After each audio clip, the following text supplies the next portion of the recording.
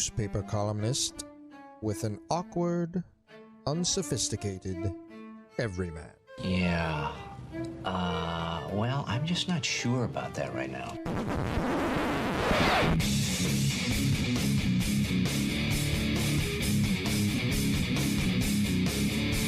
Welcome to Couch and the Rube. Welcome to Couch and the Rube, presented by Skyman Premium Cannabis, inspiring people to do better, be better, and feel better every day of their lives. Also, our Wednesday show, presented by our friends at Cask Company Kitchen and Bar and Front 43 Neighborhood Pub, just north of Frandor on East Saginaw and Lansing. My wife and several of her friends were at Cask Company just last week. Brought me home a fantastic burger. They had an amazing dining experience. It's just a good vibe, great beer, great food. I think a lot of you have been there, but if you haven't, give them a try. It's right before you get to East Lansing if you're on your way that direction, or right into Lansing if you're coming out of East Lansing. Cask Company and Front 43. Jason, how you doing, man? I'm doing good, buddy. Yeah, we were there Sunday as well. The Groovy Donuts, Andrew and Monica and Therese and myself, out sitting outside on the patio there. It was great. Great food. Awesome. Beautiful time. Oh, yeah, by the way, another team added to the Chasen Hadley, Jason Nick Gambling Hall of Shame, and that is the New York Islanders, plus 1.5 last night. Could have made some. Yeah, they ruined a 5-leg parlay. Yeah, it's rough. But you bet like $5 on these 5-leg parlays. 10. Okay. I go 10. Okay. Well, how much am I supposed to bet? LSJ money? Holy shit. I feel like 10 on a 9-to-1 parlay, I feel like $10 is adequate. Yes, you're right. But yeah, I always think that if you had 100 on it and you hit, it'd be amazing. Yeah, absolutely. It'd be absolutely amazing. I would love that as well. We've got a fun show. We're going to have Brendan Quinn join us from Torrey Pines here in about 15 minutes and talk about, everything that's going on there. Kepka, DeChambeau. Who he thinks is going to win. Really should be a fun conversation. And so we'll get into that with Brendan in a few. Harry Gagnon will join us later. And we're going to do a new thing where Jason and I are going to each pick a 3-team parlay and have Harry choose sides. And you'll hear our picks, and you can take them or not. I think over time you'll see how good a gambler I am with these 3-team parlays. Ooh, that sounds like a little smack talk. Yeah. Yeah, I told Harry because they do that on the Against All Odds podcast. It's called Sharp Tank, where they all present kind of a bet to Cousin Sal. And then I said, we're going to just lift that from you real quick. So I thought it would be a fun idea. No, I think that's a great idea. I think it's a great idea. I have a new gambling tip, actually, for our listeners. Do tell. It's with the Euros that are going on right now, the Euro soccer. And I know you're not a huge soccer guy. Graham, a half hour ago, texted me while I'm on my way in. Hey, could you put the game on ESPN? I'm not even here yet. A little money on Turkey Wales. A little bit. Got some money on the Welsh. Yeah. Anyway, but that's not the way you make most of it. Most of the money is on the under, and they're starting to catch up a little bit. But a lot of these over-unders are 2.5, and 7 out of 12 have hit the under so far. And if you avoid the really strong mismatches, Italy, Turkey, anything with North Macedonia in it, those sort of matches, more often than not, you're going to hit.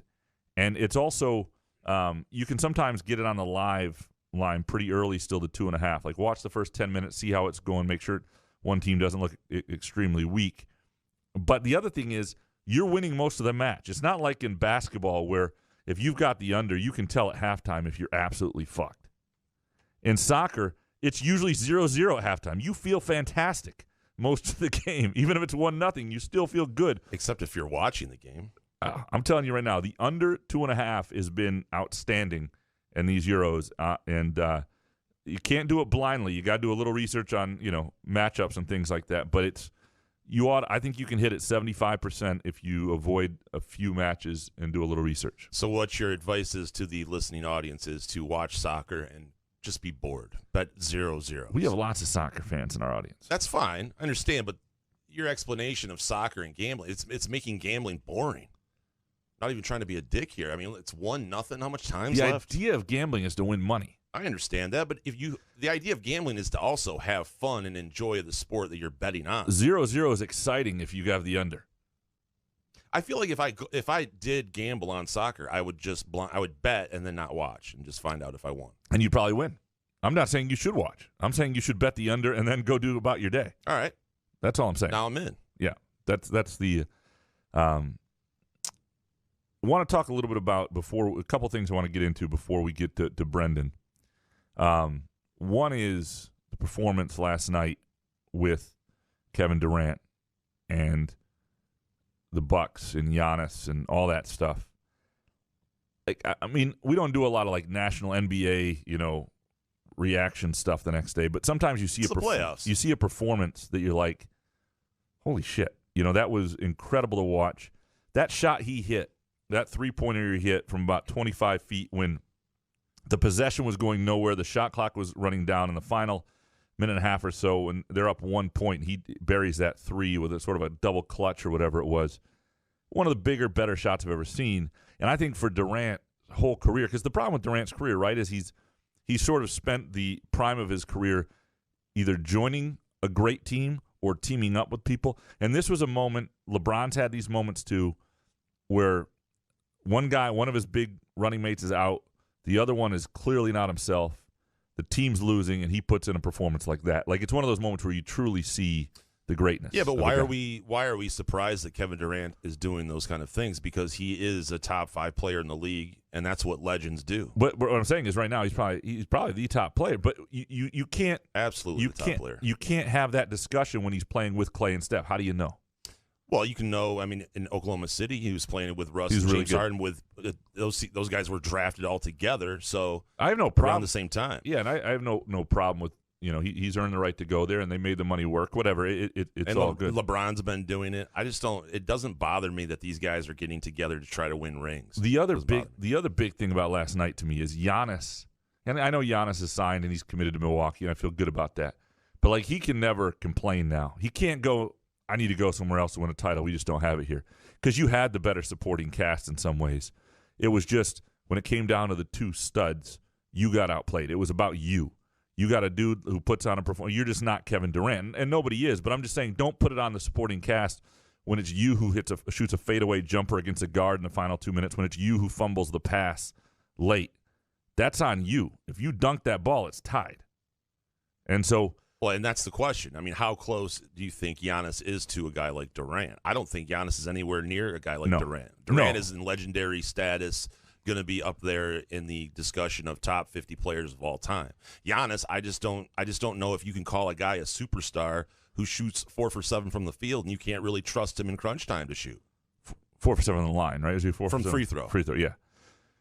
You know what I mean? He just doesn't. I know he's a great player, but I just think that with his athleticism and the way the NBA is now, that's Giannis's game. I just don't see superstar out of him. What separates top 10 dudes in the NBA sometimes, and I wouldn't even say is this what Durant did last night. That's what separates. Right. To top 10 to top 5, I'm saying. Yep. Or top 10 to top 3, I should say. And it's not even always that, because some guys have clutch that aren't top 3. Reggie Miller, never a top 3 player. Robert Horry. But had that. Robert Horry was left open because he was a role guy. Right. But, yeah, last night, that having that ability in big moments separates dudes, and it's clear at this point that Giannis isn't that guy, and not that he's not a great player, and I still think they could still win this series, and I don't think they will, and I still think they could win a title this year. I don't think they will. But that has to be the death blow, being up double digits against a team that's kind of shorthanded, a Nets team to where you could go up 3-2. It's just, and you should have been up a lot more. Right. And do the Bucks have anything left? Well, we'll see. They're home for the next game, and that helps. And I don't know what it took to win by a couple points. It took 49, 17, and 10 from Durant. So, I don't know. I wouldn't say they're going into the out game, that's what makes legends. Everybody was talking about Kevin Durant has to have a game like that, and he goes out and does it. Yeah, no, he's incredible. It was fun to watch. It was fun. It's fun to see those. It reminded me. It was a better version of LeBron Game 6 at Boston. Ooh, I don't know. 2011. Or 2012. Yeah, that's tough. That was a great game, that 42-point game when they were down 3-2 at Boston, when his legacy was on the line. I would even go a step farther. I know it's a regular season game, but his first game back in Cleveland was something I will never forget. And I was watching it on television. and the way he just dropped the hammer on the Cavs. And the whole arena was cheering against him. So that was pretty impressive. So one of our listeners had a bit, and by the way, the Chris Paul news today is weird. I don't think it's going to be as long as people think. I think Chris Paul is vaccinated. He's in the COVID protocols now. But they swept. They don't have to play till next week. I don't know if it's just contact tracing. He's vaccinated. It's not a long stretch. I think Chris Paul will be back. Somebody call Cliff Ball. Am I right? But all right, so someone made that joke yet? We have one of our listeners get into this deal that one of our listeners was looking for. Yeah. Graham Carpenter, right? Yes. And this person did say that we could talk about them, even though they are Graham Carpenter on Twitter. But Graham Carpenter on Twitter has been messaging me on Twitter all morning and has $1,400 apparently burning a hole in his pocket and in his account, and was asking what for sure bet that he should take tonight. And I said, listen, I'll give you the one that I gave him, and it's Trae Young over 20 points, and it's minus I think 108, something around there. And the only sweat that you had in this series was game 2 where he had 21 points. Other than that, you're easy breezy. So that was my example, and I don't know if I told him to listen to the show, and we'll give you ours, and we'll have Harry give his as well. But what's yours? So for me, it's due to the injury news with Kawhi Leonard, and the line did not move this is where I'm not saying Vegas doesn't know, but Vegas sometimes doesn't move the line as much as I think they should for particular players. And Kawhi Leonard's out tonight against Utah. Utah's at home, and I want to make sure this line is still what it is. It's even gone. It's a 7-point line for Utah. Like, to me, what did it open at? Utah was I think they were.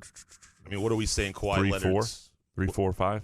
But here's the deal in the NBA, and this is where it's tough on Vegas. This is where it's different than college basketball. In the NBA, games go from teams don't sit there and foul at the end very often when it's 8. They sort of concede, and 8 goes to 14 sometimes. You know what I mean? Yep. And teams score so fast, it's really hard. A team, these guys are so good at shooting and so good at scoring. A 7-point line, to me, it's either a 2-point game or it's a 14-point game. There's very few games that are won by 7. There just aren't that many. And so, to me, I think Utah tonight at home, after those 2 losses, without Kawhi Leonard, knowing that playoff Paul George is the star now for the other two. Playoff P by himself tonight. Yeah, obviously it's an opportunity for him to Durant it, but I don't think he's got that in him. No. To me, Utah is a great play. Now, again, I'm not throwing 1,400 on it, but if that would be my best bet for the day of a game that I really, really like. I wouldn't mess around with doing just the money line 320 and grabbing another money line somewhere, because then you're sweating out something else. Well, and I think Harry put out on his picks that was it the Clippers Jazz game to go under?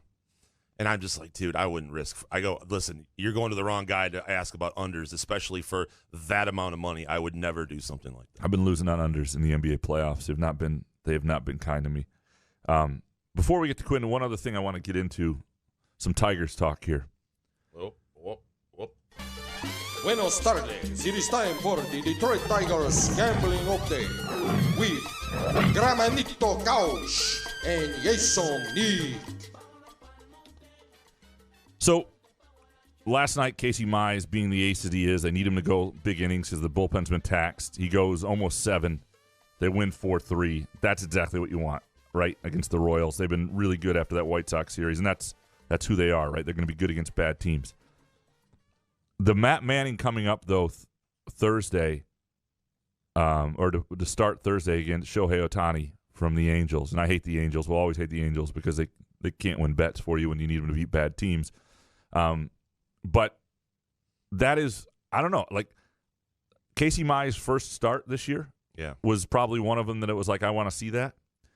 And then this is probably the second moment of the Tigers. This is kind of a must. This is appointment viewing. And this is kind of the fun part of the building process when there is top prospects coming up and making starts. First of all, the fact that he's going up against Ohtani makes it even more fun. But this is, I don't know, this is the first appointment viewing game for me. Are we saying the Tigers are fun to watch? They're not fun. I know. I had fun last night. The problem is it's also a 9:38 p.m. Eastern time game, I believe. Oh, I thought it was 10:10. Is it? I don't know. Usually those LA games are 10. Right. It makes very little sense. It's 9:38 here. Okay. So either way, that's a little bit better. So you're talking, but if you're just there to see Manning start, you got to put in probably an hour and a half. You're up to a little after 11. It's not horrible. It's not awful. But I'm pretty fired up. He might not be any good, and I do think there are some opportunities to bet against the Tigers coming up because I think they're going to move Shoop. I think there's going to be some things that we can do. Or Scope. I call him Shoop. That's how you would pronounce it by looking at it. Yeah, it would be Shoop. Yeah, but Shoop. it's Scoop. It's kind of like Cockburn. Cockburn. But Shoop cock. If they move some guys at the trade deadline, I don't, and they've got some injuries going on. I think there's. How about Miggy? Anybody want Miggy? No, he's taking Miggy. He still has a little left. Nobody's saying. Can't throw in the incentive of he could break records in your uniform. No. I guess if you're looking to sell tickets and you're really bad, sell them to another bad team. I mean, Haas. I like Haas. It's fun to watch. I'm saying I don't know if I would go spend $300 to go watch this team. I'm enjoying watching it from the confines of my own home, but true. You know what I mean? But yeah, no, but I think that's cool. Appointment viewing with the Tigers is kind of fun. Is it bad that I'm more interested in Shohei Ohtani? I mean, Matt Manning's great and all, but to be honest with you, I'm staying up for Shohei Ohtani. I've seen Ohtani pitch though this year. To me, Manning so is it's just one and done with you. Well, I'm you just saying. To see one, but I haven't seen Manning yet. yet, so I'd like to see. I'd like to see Matt Manning pitch. Understood, and that's you. I'm just saying. For me, it's Ohtani first, and then Manning. Let's go Tigers. All right, let's take a really quick break. When we come back, we'll talk to Brendan Quinn from Torrey Pines. This is Couch in the Rube, presented by Skymint Premium Cannabis. Wherever you are on your cannabis journey, let Sky Mint Premium Cannabis be your guide, your friend, and your place. Whether you're curious about cannabis or a seasoned connoisseur, Sky Mint's knowledgeable staff will help you with a vast selection of products to choose from to fit your needs. Sky Mint believes access to the best cannabis helps people do good and feel good, so they grow it right here in Michigan, giving you high-quality, locally grown cannabis at highly accessible prices. Visit skymint.com for special offers and location information throughout Michigan, and use the promo code CouchAndRube20 for 20% off your first visit. Sky Mint Cannabis. You'll love this place.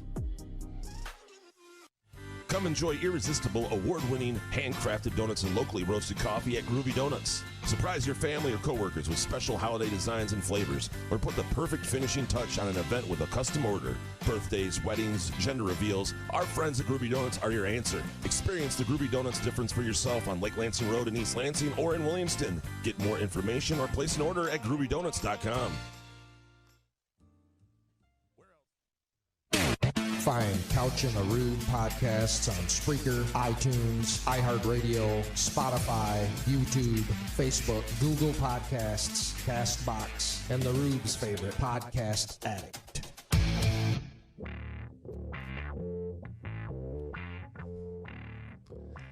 Couch in the Rube, presented by Skymint Premium Cannabis. Go to skymint.com for location information. 3 in the greater Lansing area, throughout Michigan, many, many more.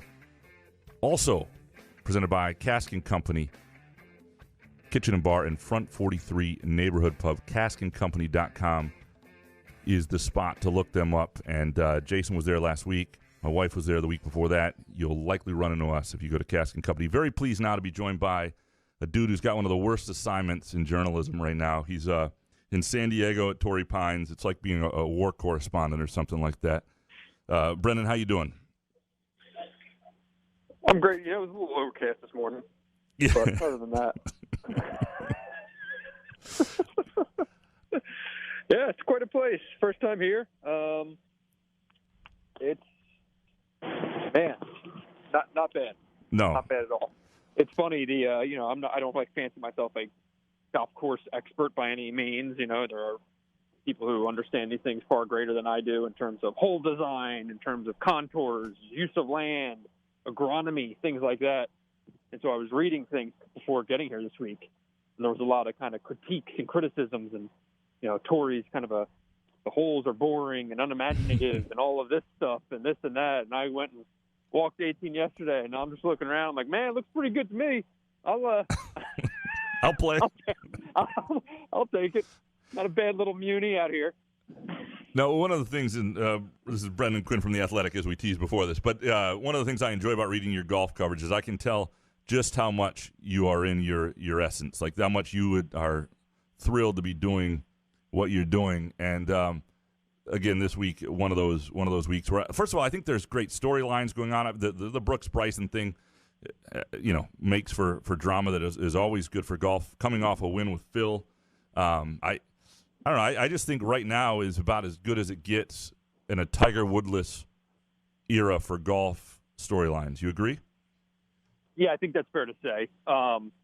There's always room for more characters, of course, but to have guys like Bryson, who's kind of reimagining the way that the game is played, and then you've got rivalries, and you've got great young talent out there. There's ample opportunities to find this and that. I was going over things yesterday with my editor, and there's one storyline in particular that I kind of want to zero in on. And he kind of had to say, well, that if you're doing that, it means you're passing on this guy, this guy, this guy, this guy, this guy, this guy. And I'm like, yeah, well, I'm going to do all of that, but they're all going to get passed. Sorry, but it's definitely hard picking and choosing here. Yeah, I saw you say on Twitter that you've talked yourself into Xander Schauffele as your pick. Yeah. And he's what I understand, he's a hometown guy as well, right? Am I right on that? Yep. A San Diego guy. Yep. And Schauffele's he's a top 10 golfer. He's always in the mix. What makes you like him this week? Well, he's had 4 straight top 10s in U.S. Opens. He had a horrible history at Torrey Pines, somewhat ironically, given it's his hometown, earlier in his career, but then came in January and posted a solo second finish at the Farmers Insurance. But within that, if you took out his one round on the North Course, everyone plays one round at the North Course during the Farmers. Schauffele actually had the best score on the 3 rounds played on the South Course, which is hosting this week's tournament.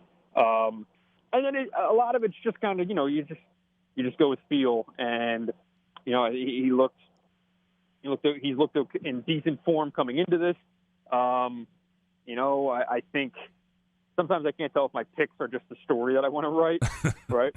And he would be a great one. So between the very interesting kind of heritage of his family and him being a local guy and him kind of, he's probably one of the 2, maybe 3 best players on the planet who has not won a major.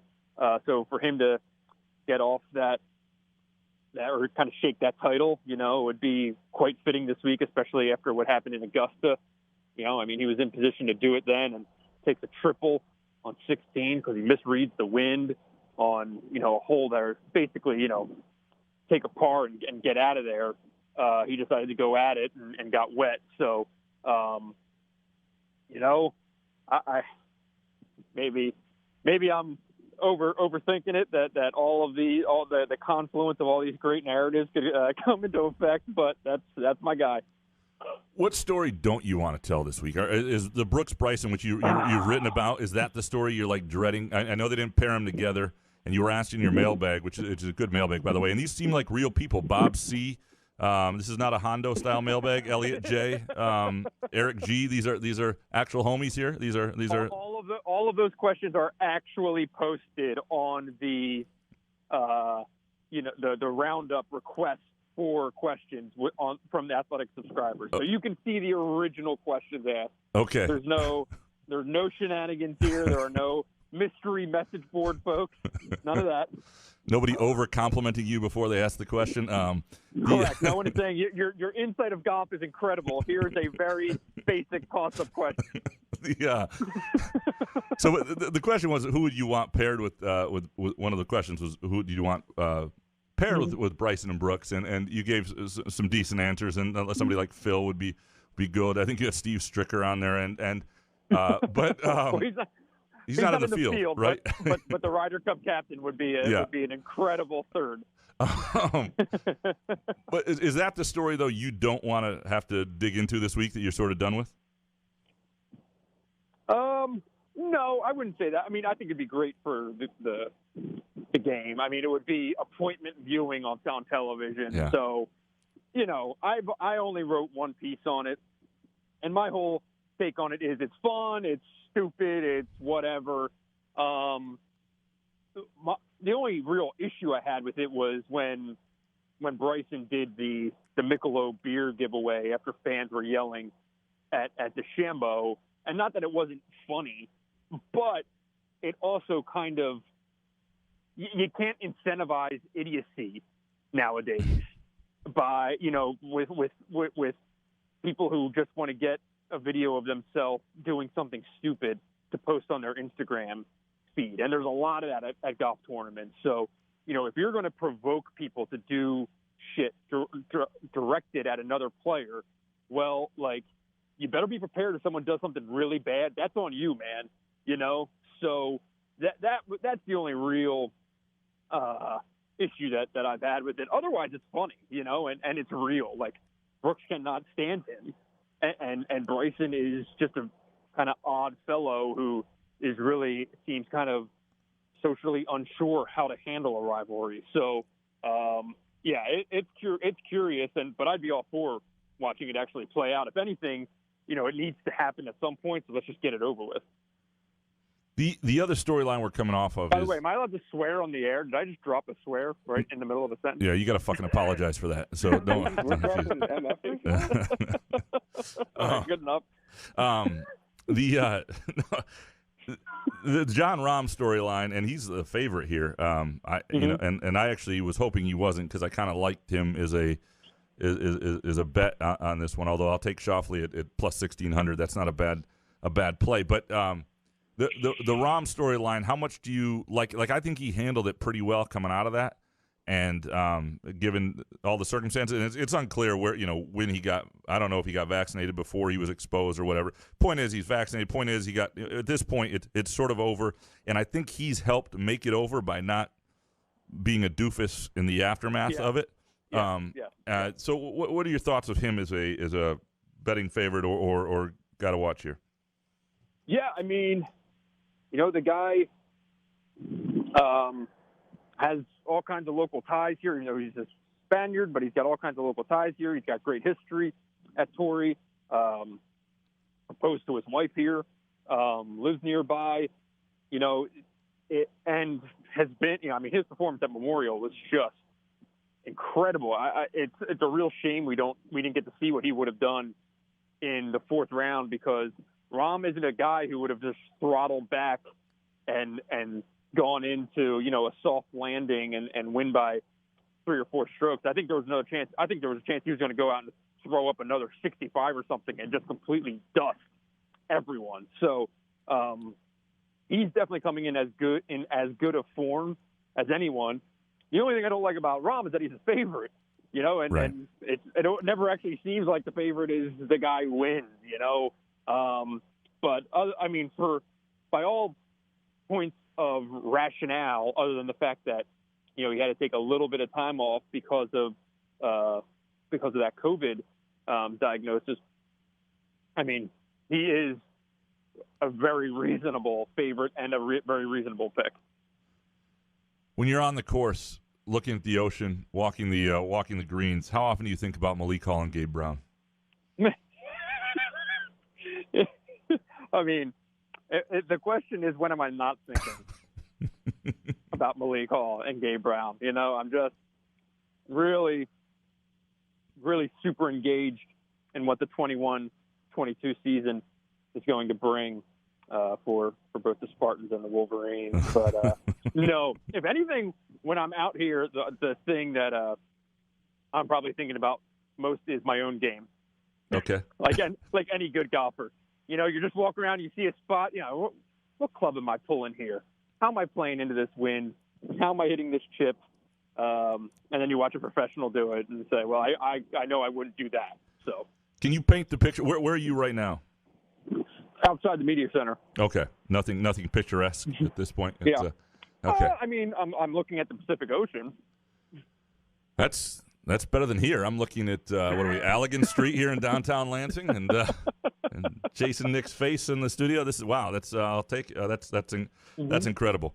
Well, I appreciate you taking a few minutes, man. I hope you have a great time. Look forward to reading what you do out there. Brendan Quinn's stuff you can read at The Athletic. It'll be splattered all over there from Torrey Pines, and also follow him on Twitter. Brendan, we'll talk to you soon. Thanks, Brent. Thanks, Brett. We're dropping MFers now? You can swear, Brendan. It's okay. Yeah, it's good. It's real. It's real good.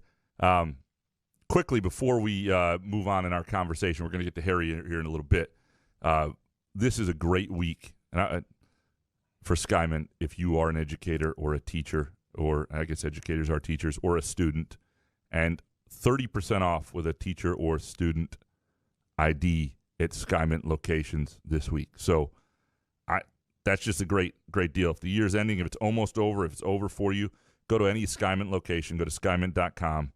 And I've heard Jason is looking for fake IDs to take advantage of this deal. Do you have anybody in your family who's a teacher, educator, or student? Not on the Knicks side. I don't know. I don't think so. Okay.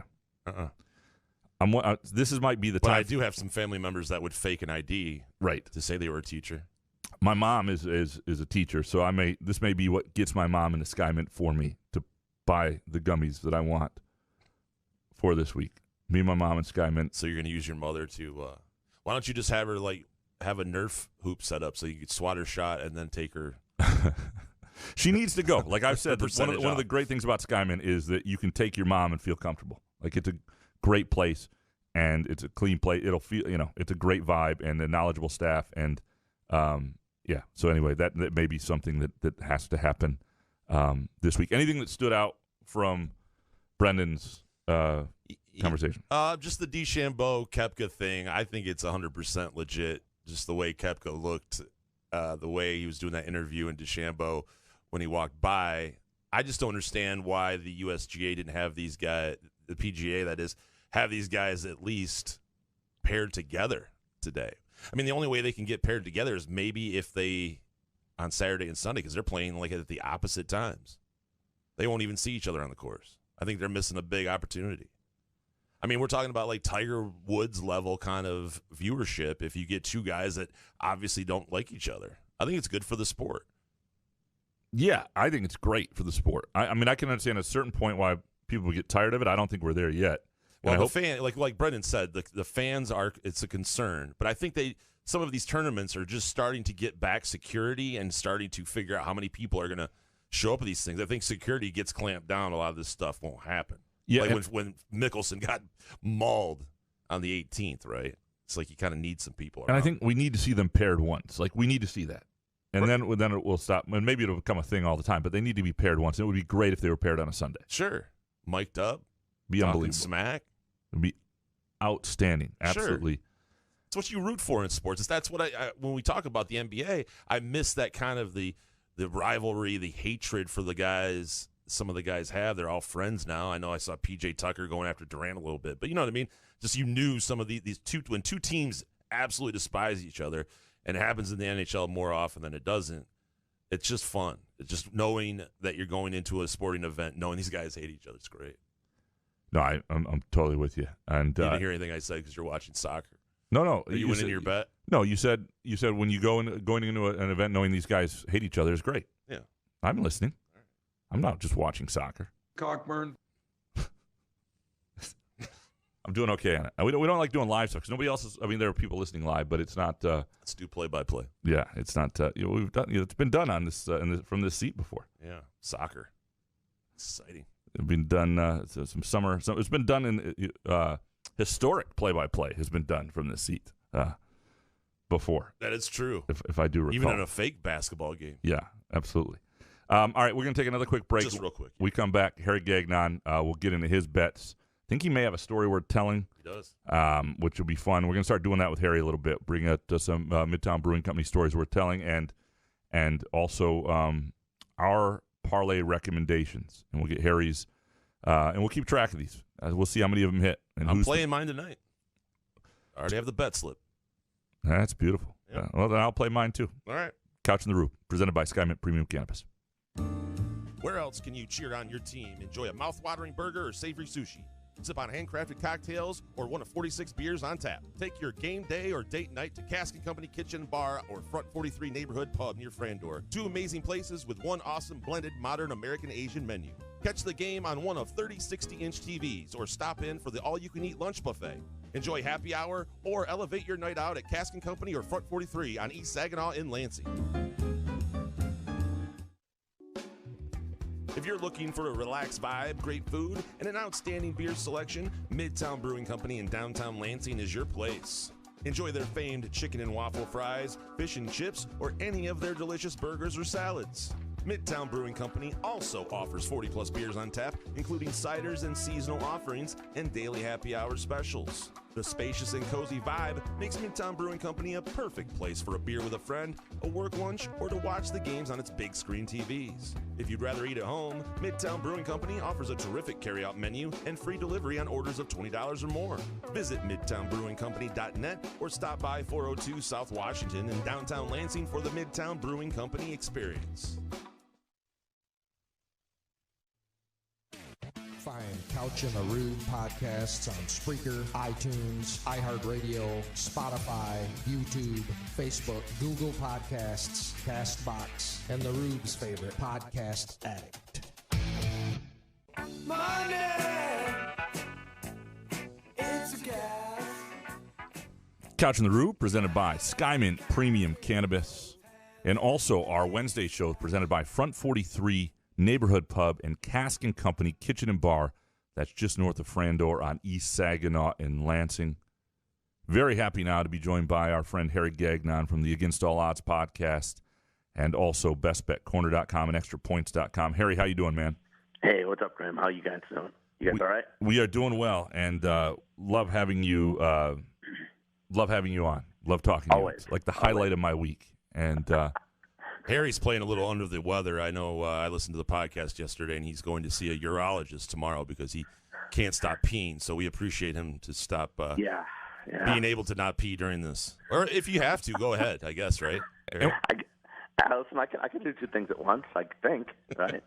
If need be. Yeah, you're good at it. And so, and I appreciate the medical details, too. There's no HIPAA rules here, no privacy laws or anything like that. Jason knows as soon as Sal gets information about anything about me other than aside from the gambling, he's all over it on the show as well. So he distributes that information as if it's Christmas morning. That's a gift to him. So yeah, so everybody knows. So one of the things we like to do here is we do this segment called The Story Worth Telling, presented by our friends at Midtown Brewing Company in downtown Lansing, and we realize that we get all your bets, and they're incredible. I mean, we've made an awful lot of money, and some of our listeners have followed your bets, and you've had a couple incredible runs in the last couple months. But I'm wondering, you must also have stories that are just like from your business that we love to hear, and we'd love to hear more of. So is there something that you would that you can just point to that, from your world that our listeners might enjoy? Oh, yeah. I mean, look, not only did I, live in Vegas for 17 years, worked in the casinos as assistant manager for 14 years. Look, I've also, again, I'm on Against All Odds with Cousin Sal because we're all degenerates. We all bet like crazy. We all do whatever. So living in Vegas, I just wasn't just a sports bettor. I did other things too, and call me crazy. I mean, my table, I'm messed up. I mean, considering I don't play blackjack, but I love roulette. So, I was out with buddies who were out. This is years ago. This is probably 1998, and I was out with buddies on the strip and wasted and gambling, and then my buddy had to go. He finally went to bed, so then I just decided to wander down to the roulette table, and not only did I. My numbers are. I play the roulette wheel. I play 5 numbers on the wheel, guys. So and 17, 20 are pretty close to each other on the wheel. So I play that too, and I put a $25 chip between the 17 and 20. And I swear to God, guys, I hit it like 5 times. I've hit it, I did hit it 5 times in a row, and then I took that money. And then I went, and of all things, pit boss wanted to know if I wanted a comp, so I went to go eat, and I'm wasted, by the way. Like I said, I'm wasted, drunk, and then I go to play Keno, and I go to play the numbers. I don't know why I thought this. The numbers around the 17-20. So I played 16, 18, 19, and 21, and I thought that I had hit. I thought that I had hit 3 out of 4. And the person, the Keno girl, came over and told me, "No, congratulations, you won 4 out of 4." I said, "No, it says 3 out of 4 on the wheel on the screen." She's like, "Well, our number 21 bulb that's burnt out, that hit as well." And I won like another $1,200 aside from the $3,000 that I won at roulette, in all of a matter of 15 minutes. Harry, I want to hang out with you in Vegas. A young Harry Gagnon. I'm trying to picture this. Does young Harry have hair? No, that was gone unfortunately very early. Were you bald, like wire to wire, like straight from birth the whole time? Pretty close, like 18 years old. Now, why is it you don't play blackjack? I just, you know what? I just don't think, personally, in my mind, I just don't think you can win at blackjack and it's not that fun to me. Roulette is the big hit, when you hit the numbers, and you can get hot like I did that day. Blackjack, you go 6 out. You win 6 out of 10, and you're basically even. And every time I've seen people, you've seen people do that too, I'm sure. You bet 50, and then you lose a couple, so then you drop to 25. Then you get hot, then you go back to 50 or 100, and you start getting smoked again. Doesn't do it for me. Blackjack doesn't do it for me. Isn't that crazy? That is crazy. I like blackjack. I like having my money taken sometimes, and there's a great when you're on a run in blackjack. It's a great feeling, and you're right. You do need to walk away at the right time, because inevitably you will go on a bad streak. That is a story we're telling by our friends at Midtown Brewing Company in downtown Lansing, 402 South Washington. And check out their brunches on the weekends as well. Fantastic offerings, fantastic beer specials as well. All right, Harry, you've got some picks here, and we'll go with these, and then we'll give you our parlay picks for the day, because we want your assessment of them. Sounds great. Great golf week, obviously, with the U.S. Open at Torrey Pines. We had Brendan Quinn from The Athletic on earlier, and he's out there covering the event. He likes Xander Schauffele, and that's one of your 2 picks. You like Xander at 17-1.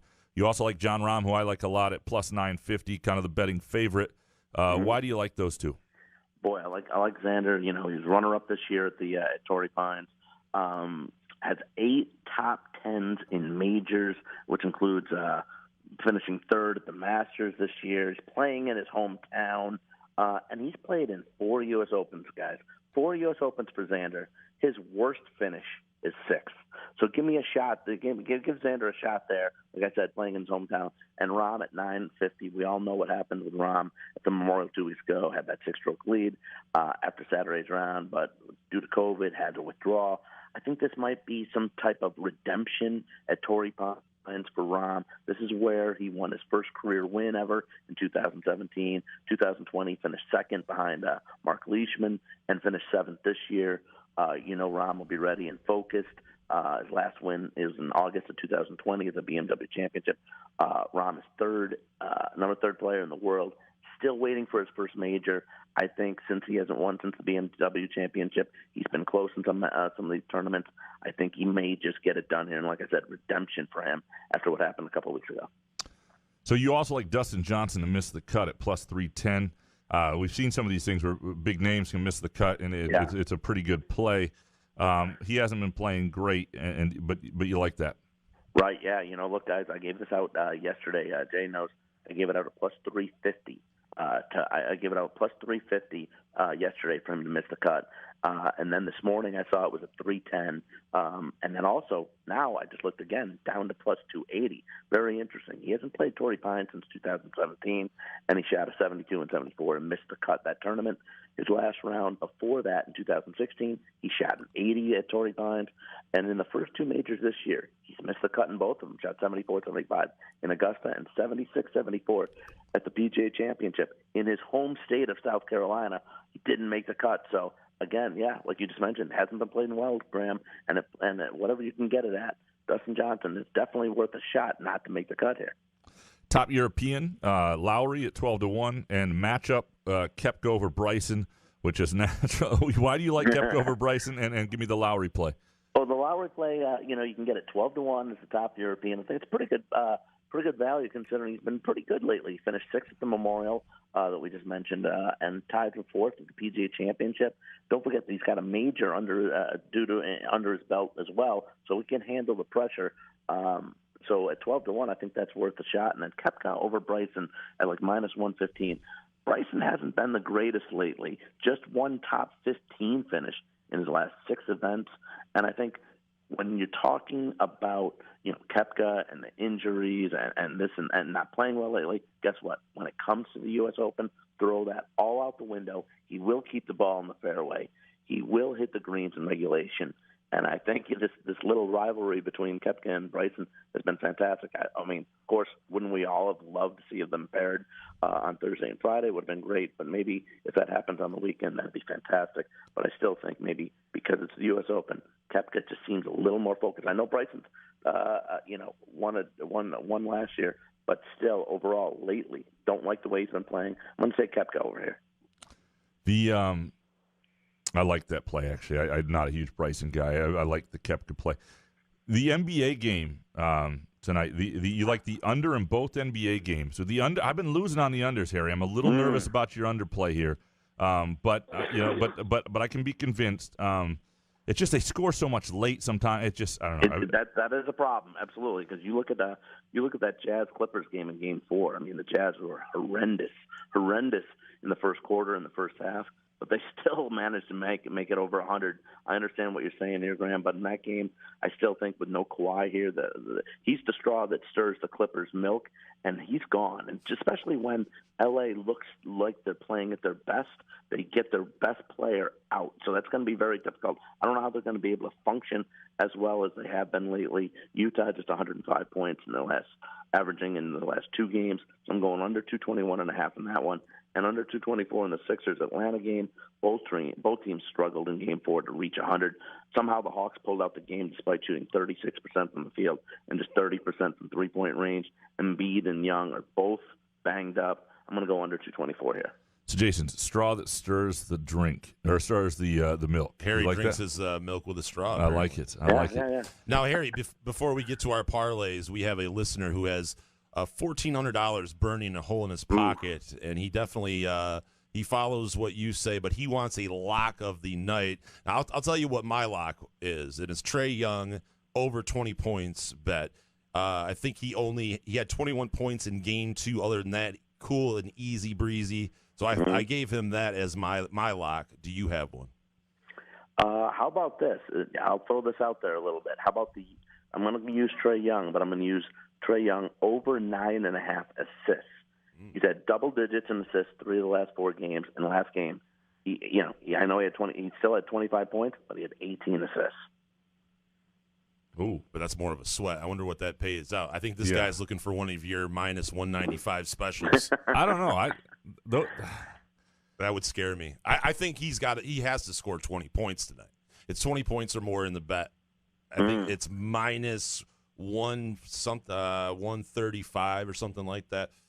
But yeah, he's been asking me all morning about where to throw $1,400 on, and it is no promotional bonus from any of these apps. This is his real money, so that's why I'm like hesitant. He's like, "Get back to me if you pick something," and I'm like, "Great." How about have him maybe if he wants to hold off too. Maybe he can get maybe top 20 on Xander too. I'll tell you what. Oh, on the golf, 1,400 on a golf is ballsy, man. That's ballsy, right? That is a sweat. I kind of like that. Yeah. Okay, so Jason and I, we are going to do our parlays, our 3-team parlay, and we want you to judge which you like more. Okay. And so, Jason, why don't you kick us off here? All right, I'm going to take the Tigers versus White Sox, and I'm going to take the under at 9.5. Tigers aren't playing the White Sox. Who are they playing? The Royals. The Royals. I put White Sox in my notes. Tigers versus the Royals. Under 9.5. I know. Scooball versus Brady Singer. I have the pitchers right. Yep. I put White Sox in. 9.5. It's minus 120. Scooball and Singer, they strike out a lot of guys. I think that's going to be under. I think that's a little too hot. Trae Young, we just talked about him. 2.5 made 3-pointers at minus 127, Harry. Game 2 is the only time in the series where Trae has made less than 3 3-pointers.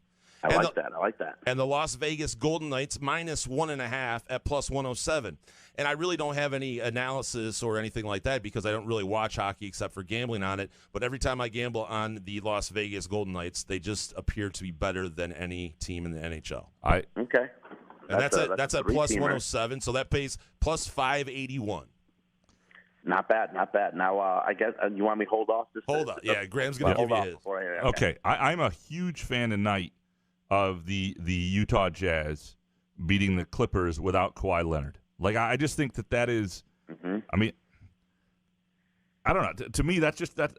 I don't understand why it's only -7 in a situation where they're going to be home. Kawhi is, you talk about straw that stirs the milk. He is the fucking milk. Like, he's everything for them. Like, and Utah had the best record at home in the NBA. And it's playoff P by himself. I mean, come on, it seems easy. Yeah. Okay. And as much so wait, is that you? Are you taking Utah -7 or money line? I'm taking -7. Okay, -7. Okay, Utah -7. Okay. Okay. And then if you go down to staying, the Tigers, I'm with. See, I was hoping we wouldn't have a duplicate bet, so I'll go against this because I don't want to have a duplicate bet. I love the Tigers under tonight, so I just want that to be on record. But since Jason has that, I'm going to go away from that. Because I actually like the Canadiens tonight +1.5. Like, I think this is their game where everybody's on the Knights. The Knights are amazing, and I get that. I just think it's going to be a close game. I like the Canadiens -120, and then third leg of the parlay, and I thought Jason's was great with Trey Young. Trey Young. Over 2.5 threes. I think that's a good play. I'm going money line Hawks. Money line Hawks +250. Ooh, wow. So, this is a parlay that pays. Let me give it to you real quick. Yeah. So, $100 on this parlay will pay out $11.25. Wow. Let me see here. Well, I was gonna say I did really love your parlay, Graham. Before you're going Hawks money line, you're not even taking the points. That is risky here because I will say this: I definitely liked. This is a tough one because I like Jason's parlay too with the first two, but you're on the Canadians, aren't you? Well, here's the thing. I did look up. I know the Canadians really didn't show up in Game 1, but and Jason's laying the 1.5, right? Yes, -1.5 at +107. Lifetime. I looked this up. Lifetime. Montreal before losing in Game 1 was 6-1 lifetime against the Knights. Considering even the Knights have been fantastic in their only 3 seasons in the league. I am going to boy, that's tough. You know what? I'm gonna flip it here. I'm gonna go against what I think, and just because, and I'm gonna go with love your Graham, but I'm gonna go with Jason. I'm gonna go with Jason here because again, I'm gonna throw that record out the window. The Knights have been fantastic as they just steamrolled Colorado after losing the first 2. They've won 4 straight, and they won the first game pretty handily against Montreal. It's kind of a weird matchup, anyways. Young only needing 2.5 threes. And always, with the Tigers, they're definitely one of the worst hitting teams in baseball, and a lot of strikeouts here, and with these 2 pitchers. I'm going to go with Jason in this one. So I'm going to tell you, what I'm going to do tonight is I'm taking both of ours, because the beauty of that is I can't lose on the hockey game. I'm taking both sides as a third leg in a parlay. That's dumb, probably. You're hedging already? I'm hedging already because I've been talking to both sides. But I love the Tigers under. I love his 2.5 over with Trey Young. Yeah. And I got a feeling about the Hawks and what I saw in the second half from Embiid. I don't know. I just got a feeling this is going to be a game. I love my Jazz pick, and I like that. Oh, man, I like that Tigers pick too. So I like Jason doing his homework there in the NBA. Very impressive, Jack. Very strong. Thanks, I try to be like my hero, Harry Gagnon. Harry, we appreciate you, man. We'll talk next week. You guys are the best. Have fun this weekend. Thanks, Harry. All right. It's Harry Gagnon from the Against All Odds podcast, extrapoints.com and bestbetcorner.com. So those are our parlays. We'll see how they go. We'll play them tonight. We'll see where we're at. We'll talk about it Friday. Graham's playing all of them. Matt Manning on the mound Thursday. Yep. Appreciate Skymint. Go to skymint.com, location throughout Michigan, 3 in the Lansing area. Also, Cask Company in front 43. Great place to watch a game. Great place to go to that Thursday night late game. Beautiful place for that. Also, great